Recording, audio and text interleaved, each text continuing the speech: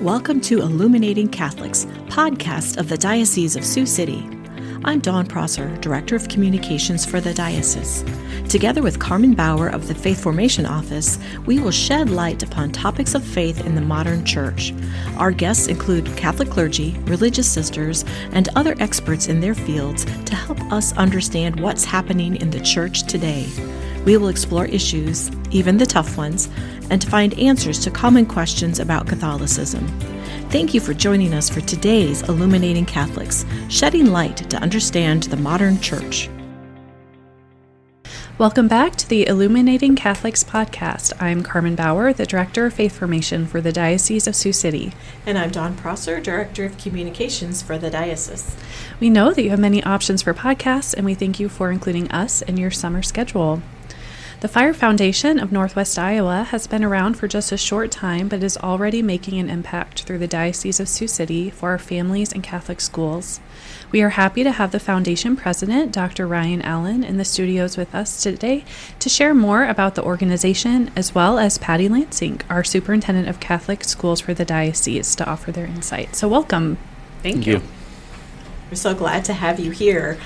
We have been covering in our communications the foundation, I think, since it started, but there may be someone out there that isn't really clear on what the organization is and why it exists. So, Dr. Allen, since this is your baby, we're going to let you tell us a little bit more about it. Yeah, thank you. I hope I can do it justice. The Fire Foundation was created for families like mine who have children with disabilities, who want to see them go into their Catholic schools alongside their brothers and sisters and their friends. And so we were created, I think, for all of us in the beginnings when we had those moments where there was a gap. There was a gap between where our schools were, where our kids were, and where we wanted them to be. Most of our kids were getting served in public schools up until the point of the Fire Foundation really working with our Catholic schools, and that was something we wanted to see addressed. And so a group of families got together for it seemed like maybe almost a couple years, and just talking together first, meeting together very informally. Before we were a foundation, before we were anything else, we were just concerned parents who were trying to figure out life and how to deal with the situation.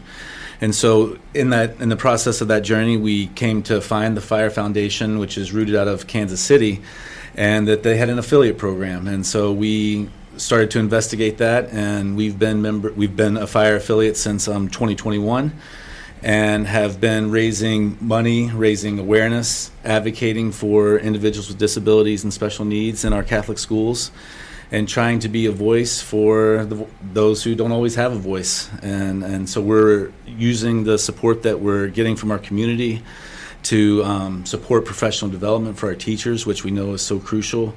We are using it to help provide adaptive technology and curriculum to make learning more accessible, and to really just build the capacity in it to be able to support this message and to get it out and to build a real culture of belonging. I love that. As we've been covering your activities and so forth over the years, how it brings the family together. You want all your children. If you want Catholic school for your children that don't have disabilities, you want a Catholic education for all. So it's kind of wonderful to see families being brought together through Absolutely. Your efforts. And Patty, as our superintendent, and you were back in 2021 when Fire came about, and I know you've been really involved working alongside them. Can you share with us your thoughts as the group came together and since then, and working with the administrators, getting Fire into all of our schools? Yeah, even before then, it started with conversations with parents. So Bishop Nicholas and I met with some parents and started to just, see what this was going to look like, what it could look like. And then I was there for the first meeting of these parents in a backyard during COVID. It seems kind of surreal now to think back, but that's really where it all started. And they started with great conversations. And then, they formed this board and this group, and things started to grow from there. So our administrators, I know, are so grateful for their support. They couldn't do it without them. In the form of their mini grants, their major grants, are really helping move the needle in various locations. And then just recently, they've asked me to be an ex officio board member which makes complete sense because this requires a partnership between the Fire Foundation and the Diocese and our Catholic Schools office. So it's a natural fit, and I'm going to be going to my first meeting in August, hopefully. So that's a great partnership. Yeah. Well, and speaking of that, then let's dive in. And Dr. Allen, can you share with us the ways that the foundation is reaching the Catholic schools? Yeah, I was just pulling up my notes here to make sure I get it all right. It's profound, and it's because of the support of our community. And we can gladly say that we're in all 15 of our diocesan schools through the professional development we offer in partnership with the University of Notre Dame's program for inclusive education. So all of our schools are getting access to these online modules that are kind of walking folks through the journey of inclusive Catholic education, the why, the what, the how, and so forth. And so that's all happening, and in a pretty major way, and that's one of the, I think, the key things that we knew we had to get our teachers on board. We knew we had to get our principals on board. So that's even expanding to those groups as well. We're helping to build professional learning communities for our educators to unite together, not just in our own diocese, but because FIRE is a national program, a national organization. We have affiliates now, and I think we are one of 12, and so. Or one of 11. And so we have this network that we're building all across the country, and so we're trying to unite these different educators together, not just through the work with PI and Notre Dame, but also through other organizations that are helping to support this cause to educate our educators, to teach the teachers so that they can go live it and build the culture in the classrooms. And so that's happening at various different levels. And I think that that's been one of the biggest things that we've seen, like where we've seen the biggest gains. Other places that, we're intervening and providing support are in smaller ways, just helping teachers build their curriculum to be able to differentiate instruction so they can keep kids in the classroom with their peers. I think that's one of the key things. So it's about reading programs and math programs and just the real nuts and bolts of everyday education, that we're all accustomed to. But it's also helping teachers access tools that are maybe more sensory based. So for kids who are having sensory processing issues, or maybe it's an individual with autism who just needs some type of tool, something tactile to work with. And so we've even helped to fund things like that, and to help provide kits and outfit sensory rooms in order to create those spaces that can be safe havens for when it's needed. We are working, really closely with our teachers to help them with their programming. So we know we have a micro grant partner that in one of the schools, and they created a service cart program where they're working on their math skills. They're building a peer networks. They have older kids who are helping support the younger kids who are being served either through IEPs or 504 plans. And they're working together, taking orders and delivering care and service. And so things like that, we're trying to make it so our of course we want our kids with disabilities pushing in into our the services pushing into our gen ed classrooms, but we also, in those times when those kids need to be pulled out, we want their peers pushed in to them as well. So it's not just a one-way street. It's that mutual exchange, and we know that developing peer relationships is really what this is all about. That's like all, as a parent, what else do you want than to know that your kids are being supported, they're being cared for, they've got friends, and that they're connected. And so I think that's another thing that's really important to us, and that we're building in to the whole network here. So trying to do it at a very grassroots classroom, peer-to-peer level, but also connect with parents through our Friends of Fire initiatives, teachers, like I just mentioned, all sorts of great things going on. And have the grants been received by a variety of schools within the diocese?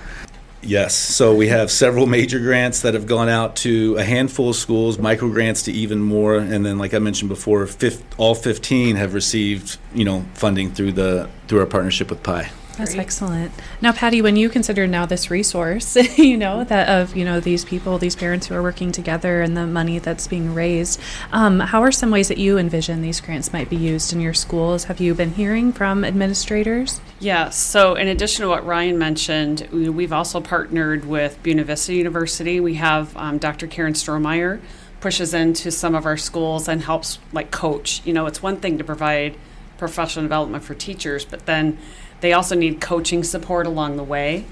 And the entire school system really needs that coaching support. So she's been very helpful. She's pushing into most recently St. Edmund, Stone Lake St. Mary's. So we're working our way out kind of from the Sioux City and then out into the further reaches of the diocese. And then we're also using those micro grants have helped support teachers going to the fire conference, which is in February, right, Ryan? Mm-hmm. In Kansas City, yeah. Yep. They can go out and visit other schools that are doing inclusive education. So there are a number of different ways that those micro grants can be used and benefit schools as well. Yeah, we've sent folks to other conferences like we sent a couple folks to the Learning Disabilities Association conference last year, and so other opportunities like that. The impact has been huge, and just to get back to your question, I think we're over $200,000 now we've granted out in just over 3 years.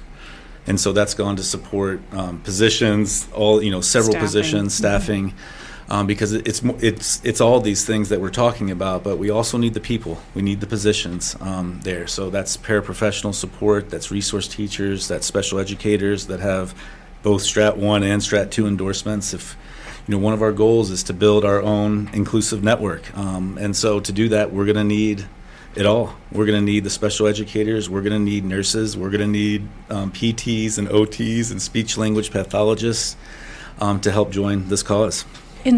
So can you walk me through, let's say we have a parent listening somewhere in the diocese and they're just interested, on how maybe they can get involved or how they can encourage their school to apply for funding. I guess, how does that process look for somebody who just is now hearing about this and wants to take advantage?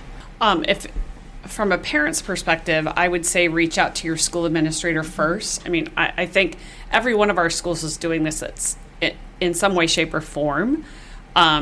And it looks different everywhere because they have different supports in place. They need different things.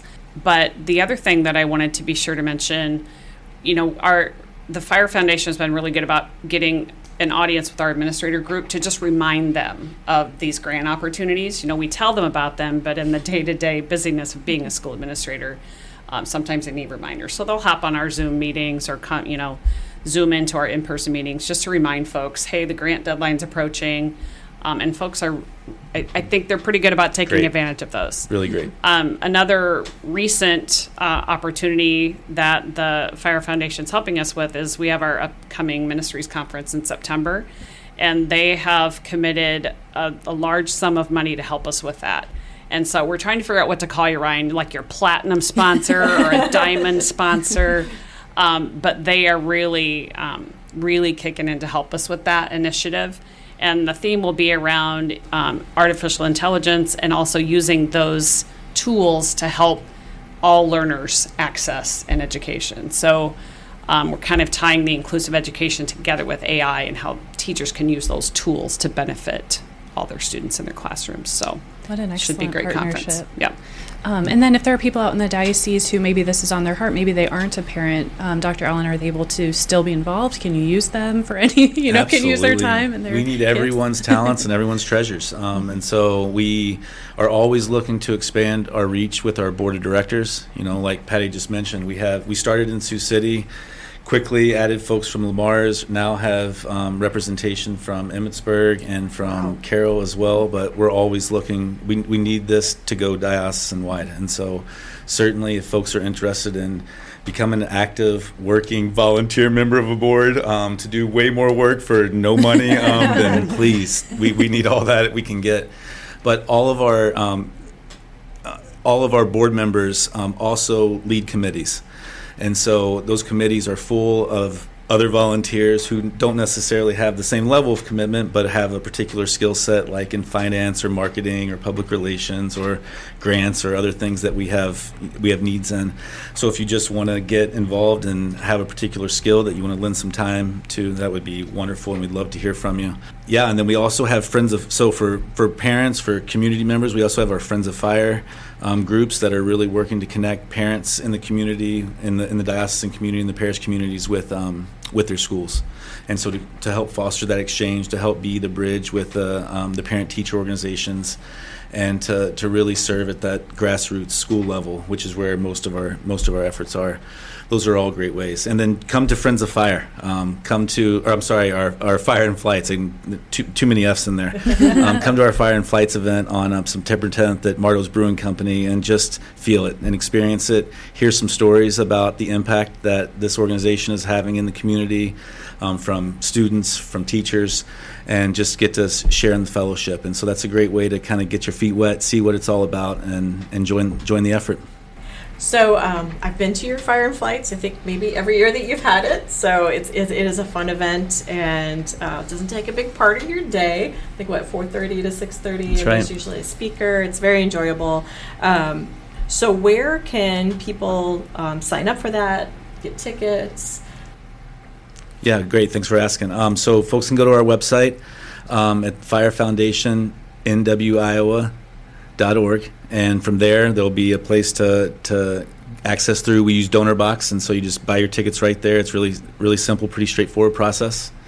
We also will be sending out, you'll probably be getting a mailer out there. A lot of our folks will be getting mailers out there soon, so they can return it that way. And we'll be speaking at some masses coming up as well, and have some opportunities there for folks to sign up if they want to as well. Great. We'll put links in the show notes Awesome. for your website and your email That'd as be well wonderful. if people want to get connected there. And I am just amazed. You talked about $200,000 in 3 years. That's some serious money. I mean, that you guys have just done wonderful, going from a backyard COVID meeting to where you're at now. And the funds, obviously, through the Fire and Flights coming up September 10th at Marto's in Sioux City, 4th Street. So regarding the grants, when are the deadlines for the schools so that they don't forget deadlines for the different types? So for the major grant programs, that deadline is every year, January 15th.